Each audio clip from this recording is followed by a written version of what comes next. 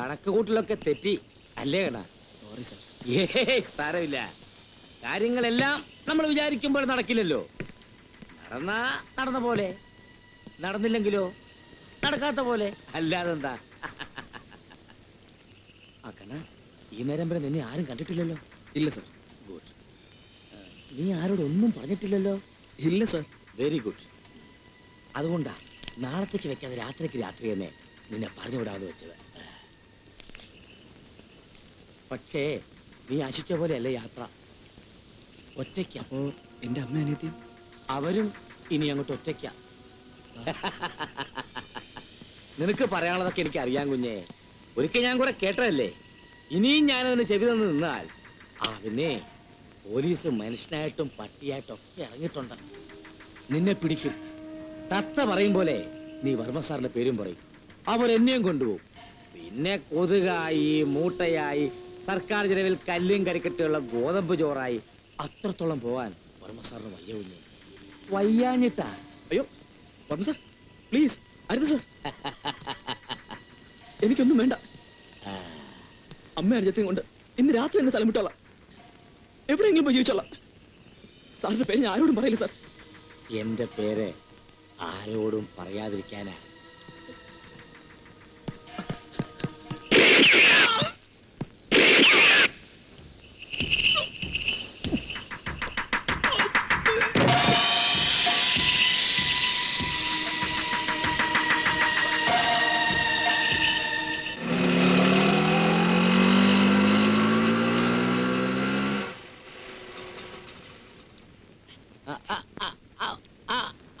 ഇതാ ടൈഗർ.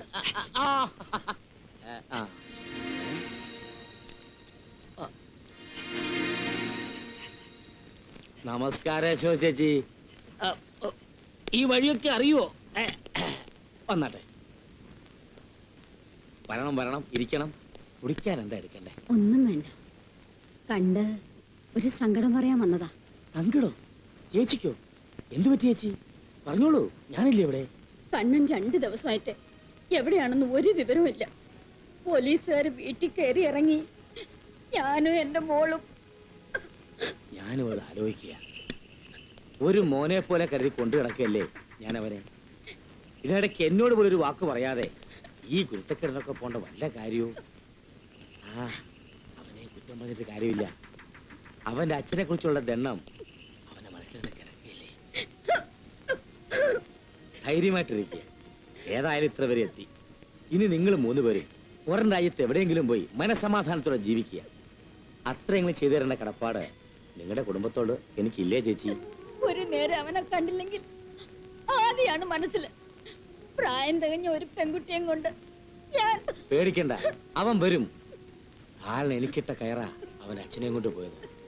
ജീവനുള്ള കാലം എനിക്കത് മറക്കാൻ പറ്റുമോ ചേച്ചി? വേറെ വീട്ടിൽ എന്തെങ്കിലും പ്രശ്നങ്ങൾ? ഒന്നുമില്ല. എനിക്ക് എന്റെ മോനെ ഒന്ന് കണ്ടാ മതി. പോലീസുകാർ ഇനിയും ഒരുത്തരും ഇനി അവിടെ കയറി വരില്ല. ഞാനാ പറയുന്നത്. ചേച്ചിക്ക് കുടിക്കാൻ എന്തെങ്കിലും? എനിക്കൊന്നും വേണ്ട. എന്നാ ശരി, ധൈര്യമായിട്ട് പൊയ്ക്കോളൂ. ഞാൻ ഇറങ്ങട്ടെ.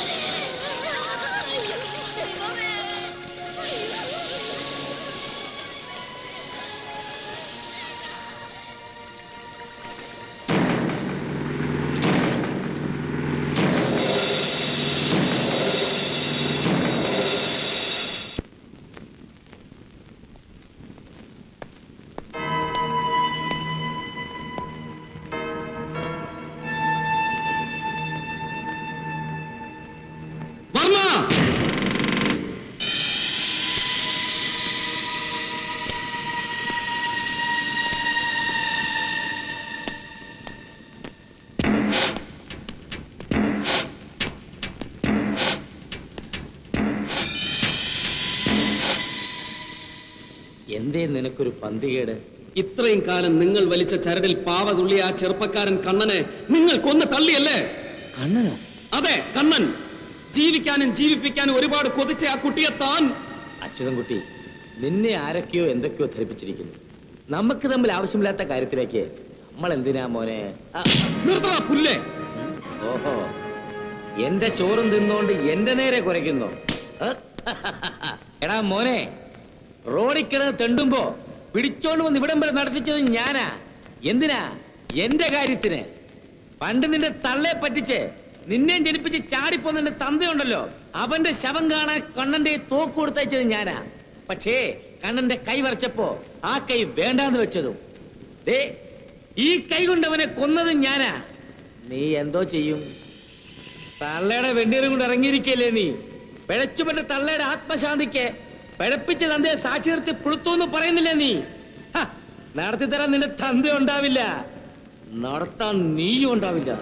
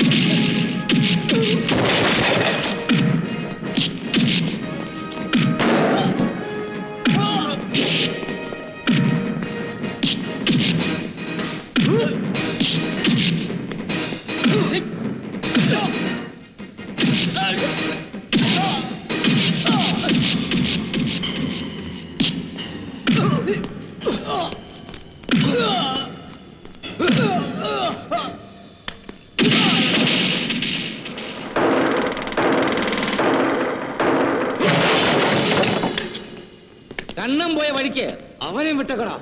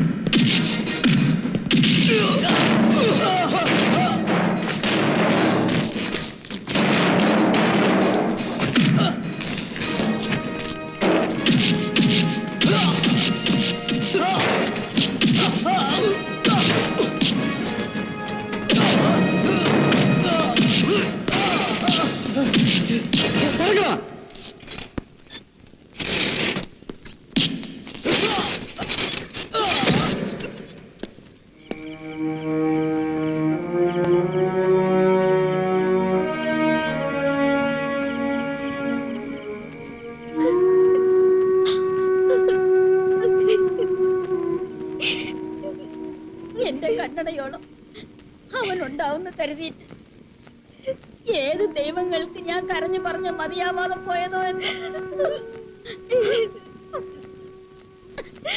നീ ഒന്നിനും പോണ്ട, ആരോടും ഒന്നിനും പോണ്ട. എനിക്ക് എന്റെ മോക്കും ഈശ്വരൻ വിധിച്ചതാണെന്ന് ഞാൻ കരുതിക്കോളാം.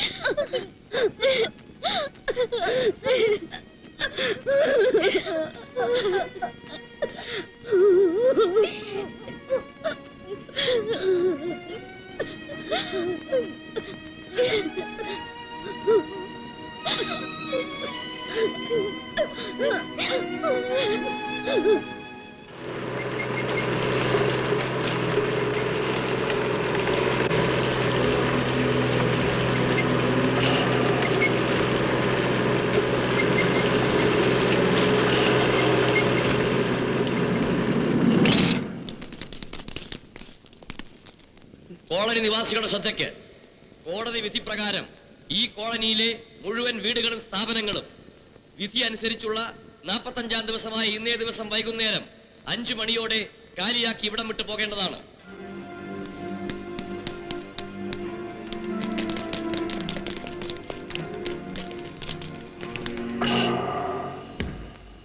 മോനെ, നീ ഒരിക്കൽ പറഞ്ഞില്ലേ ഈ മണ്ണ് വിട്ട് ആരും എവിടെയും പോകേണ്ടി വരില്ല. എന്നിട്ടിപ്പോ പ്രായം കഴിഞ്ഞ പെൺകുട്ടികളെയും പിഞ്ചു കുഞ്ഞുങ്ങളെയും കൊണ്ട് ഞങ്ങൾ എവിടെ പോകാൻ?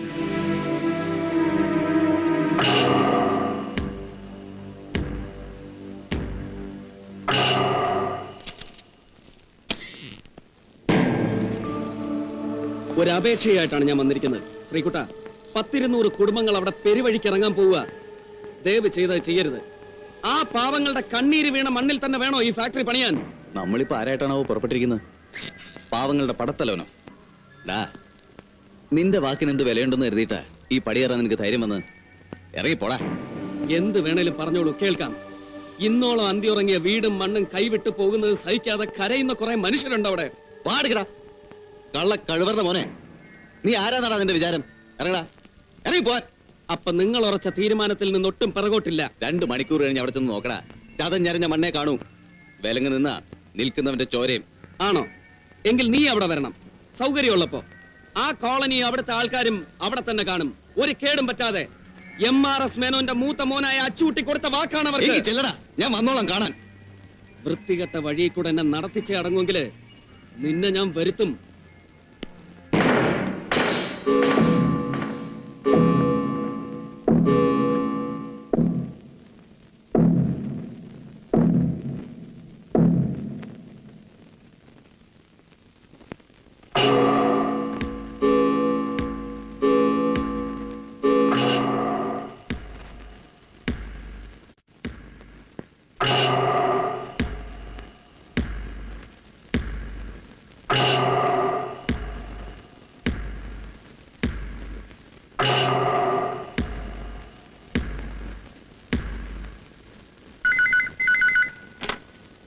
ഹലോ, ഞാൻ അച്ചൂട്ടിയാണേ. മണി 5 ആവാൻ പോണു. നിങ്ങൾ അവിടെ നിർത്തിയിട്ടിരിക്കുന്ന യന്ത്രങ്ങൾ അനങ്ങണേന് മുമ്പ് തീരുമാനത്തിൽ വല്ല മാറ്റം ഉണ്ടോന്നറിയാനാ. എന്തേ? നിർത്തടാ. എന്റെ തീരുമാനം വിളിച്ചു ചോദിക്കാൻ നീ ആരടാ പുല്ലേ? പുല്ലും കല്ലും തരം തിരിക്കേണ്ട നേരമല്ല ശ്രീകുട്ട ഇത്. നീ വേദനിക്കേണ്ടി വരും. എന്താ? അതെ, ഒരുപാട് കുഞ്ഞുങ്ങൾ ഇന്ന് നടു റോഡിൽ ഇറങ്ങാൻ പോവുക.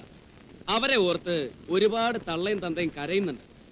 അക്കൂട്ടത്തിൽ ഇന്ന് നീയും കരയും, നിന്റെ കുഞ്ഞിനു വേണ്ടി. അതിപ്പോ എവിടെയാണെന്ന് നിനക്കറിയാമോ? കാണില്ല. ഇനി നിന്റെ കുഞ്ഞിനെ നീ കാണില്ല. താൻ പറയുന്ന വളരെ മോശപ്പെട്ടൊരു കാര്യം, വൃത്തികെട്ട ഏർപ്പാട്. പക്ഷെ എനിക്കത് ചെയ്യേണ്ടി വന്നു. ആ കോളനിയിലെ ഒരു കുഞ്ഞിനെ നീയായിട്ട്, ഇല്ലെങ്കിൽ നമ്മുടെ തന്തയായിട്ട് അവിടുന്ന് പുറത്തേക്ക് വലിച്ചെറിഞ്ഞാൽ നിന്റെ പുന്നാര മോളുടെ ശവം ഏത് കായലിൽ മുങ്ങി തപ്പണമെന്ന് പിന്നെ ഞാൻ വിളിച്ചു പറയും. ഇപ്പൊ അത് ജീവനോടുണ്ടടാ. കേട്ടോ? പൊന്നുമോളെ, വല്യച്ഛൻ പറഞ്ഞു തന്നതുപോലെ കരഞ്ഞുകൊണ്ട് പറയണേ.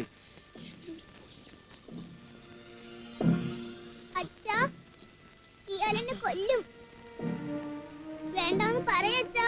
മോളെ, വേണ്ടാന്ന് പറ. മോളെ, എന്റെ മോള് ആ തെണ്ടിയുടെ കയ്യിലാ. അവൻ അതിനെ കൊല്ലുമെന്ന്. തീരുമാനം അറിയിക്കാൻ വൈകണ്ട ശ്രീകുട്ട. ഞാൻ ശ്രീകുട്ടനല്ല, എന്റെ അച്ഛനാ. ആ കാര്യങ്ങളൊക്കെ ഞാൻ പുന്നാര മോനോട് പറഞ്ഞിട്ടുണ്ട്. എന്നെ കൊണ്ട് കടുങ്കൈ ചെയ്യിക്കല്ലേ. കോളനിയുടെ കാര്യത്തിൽ അവിടുത്തെ താമസക്കാരുമായി നിങ്ങൾ ഒരു ധാരണയിലെത്തിയേ തീരൂ. അതിന് തയ്യാറായി തൽക്കാലം ഇടിച്ചു നിരത്താനുള്ള തീരുമാനത്തിൽ നിന്ന് പിന്തിരിഞ്ഞാൽ എല്ലാവർക്കും നല്ലത്. അല്ലേ ദുഃഖിക്കേണ്ടി വരും.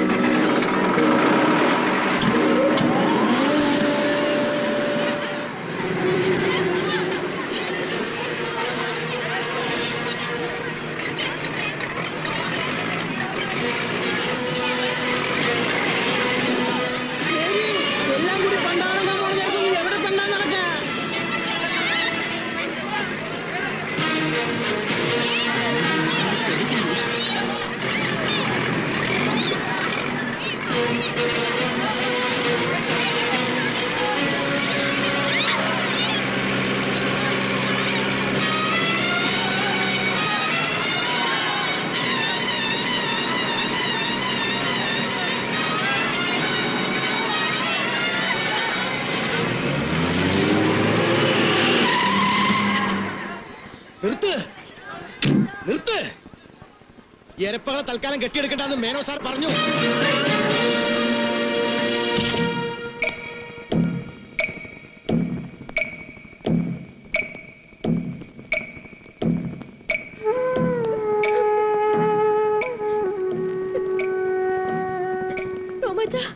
എന്റെ മോള് അവൻ ആവശ്യപ്പെട്ടതുപോലെയൊക്കെ നമ്മൾ ചെയ്തല്ലോ. എന്നിട്ടും എല്ലാത്തിനും കാരണക്കാരൻ അച്ഛനാ. അച്ഛനും അച്ഛൻ്റെ തെണ്ടി.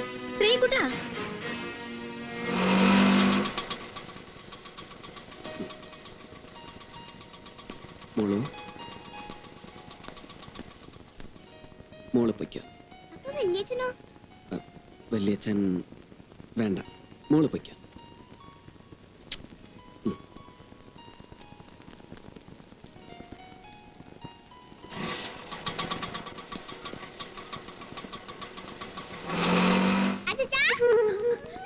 മോളെ നിക്കണേ അവിടെ. രജനി പുറപ്പെട്. മാനോ മര്യാദയായിട്ട് ജീവിക്കണമെങ്കിൽ ഇനി നമ്മൾ വേറെ സ്ഥലം നോക്കണം. മോനെ നീ എന്തൊക്കെയായി പറയണേ? ഇന്ന് അവൻ ഇത്രയും ചെയ്തു, നാളെ ഇവിടെ കയറി വന്ന് നമ്മളെയൊക്കെ ചവിട്ടി പുറത്താക്കി ഇവിടെ താമസാക്കും അവൻ. അരുതെന്ന് പറയും നാവ് പൊന്തു ഈ മനുഷ്യന്. എടാ നിന്റെ അച്ഛനാണിത്. എന്റെ മാത്രമല്ല, ഇനി ആരൊക്കെ എവിടെ നിന്നൊക്കെ അവകാശം പറഞ്ഞു വരാനുണ്ടെന്ന് അങ്ങനെയോട് ചോദിക്കേ. ശ്രീകുട്ട, വികാരമല്ല ഇവിടെ വേണ്ടത്, വിവേകമാണ്. നീ ആരോടാ സംസാരിക്കാന്നറിയാമോ? മിണ്ടി പോരുത്. കളിച്ച് കളിച്ച് എന്റെ കൊച്ചിന്റെ ജീവൻ വെച്ചാ കളിച്ചത്. തന്റെയൊക്കെ ഉപദേശം കൊണ്ടാണ് ഈ കാര്യം ഇവിടം വരെ എത്തിച്ചത്. വാടി, അമ്മ വരുന്നുണ്ടോ? ഇനി ഈ വീട്ടിൽ മനസ്സമാധാനമായിട്ട് കഴിയാന്ന് വിചാരിക്കണ്ട.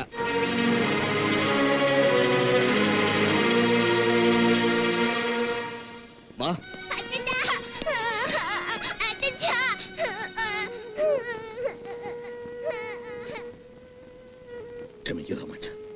ആരല്ല, എന്റെ മുഖത്താണ് അവൻ അടിച്ചത്.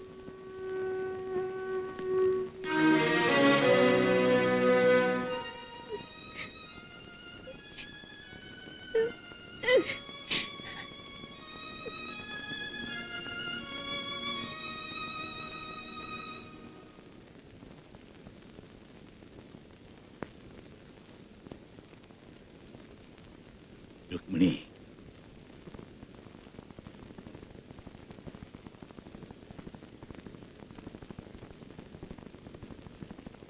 നിനക്കും പോണമെന്നുണ്ടോ? ഇതുവരെ ഞാനൊന്നും ചോദിച്ചിട്ടില്ല. ഈ കേൾക്കണേലൊക്കെ വല്ല സത്യമുണ്ടോ? ഉണ്ട്. എന്തൊക്കെയോ വെട്ടിപ്പിടിക്കാനുള്ള എന്റെ നെട്ടോട്ടത്തിനിടയ്ക്ക് ഞാനൊരു ജീവിതം ചവിട്ടി തേച്ചു. പുല്ലൂരാമ്പാറല്ലേ കുഞ്ഞിലക്ഷ്മി. അപ്പോ അച്ഛനും കുട്ടി എന്റെ മോന. എങ്ങനെയൊക്കെ ഞാൻ തള്ളി പറഞ്ഞാലും കുഞ്ഞിലക്ഷ്മി പെറ്റ എന്റെ മോൻ.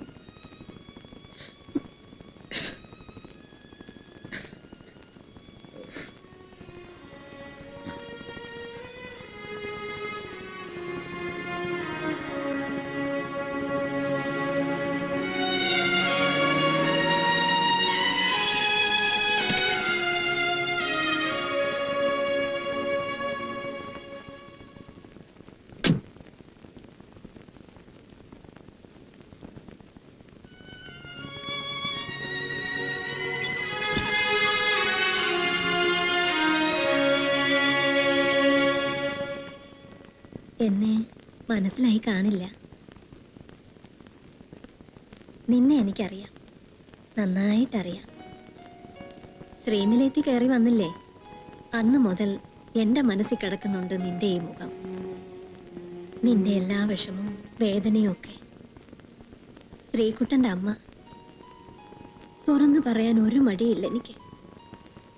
ആ മനുഷ്യൻ, നിന്റെ അച്ഛൻ, വീണിരിക്കുന്നു നിലയില്ലാത്ത വെള്ളത്തില്. ഇനി അവിടെ ഇട്ട് ചവിട്ടരുത്. കഴിഞ്ഞ 10-28 കൊല്ലായിട്ട് ആ കാൽച്ചുവട്ടിലാ എന്റെ ജീവിതം. എന്നോട് ഒരു തെറ്റും ചെയ്തിട്ടില്ല. എന്റെ കണ്ണടയുന്നത് ആ മടിയിൽ കിടന്നാവണമെന്ന് എന്നും പ്രാർത്ഥിക്കുന്നവളാ ഞാൻ. നീയായിട്ട് എന്റെ നെറ്റിയിലെ സിന്ദൂരം മായ്ക്കല്ലേ മോനെ. നിന്നെ പെറ്റില്ലേലും നിന്റെ സഹോദരങ്ങളെ പെറ്റില്ലേ, ഞാൻ നിനക്ക് അമ്മയാണ്. അമ്മയുടെ വിലയും വേദനയും നല്ലോണം അറിയാമെന്ന് നിന്നോട് ഞാൻ അപേക്ഷിക്കുകയാണ്.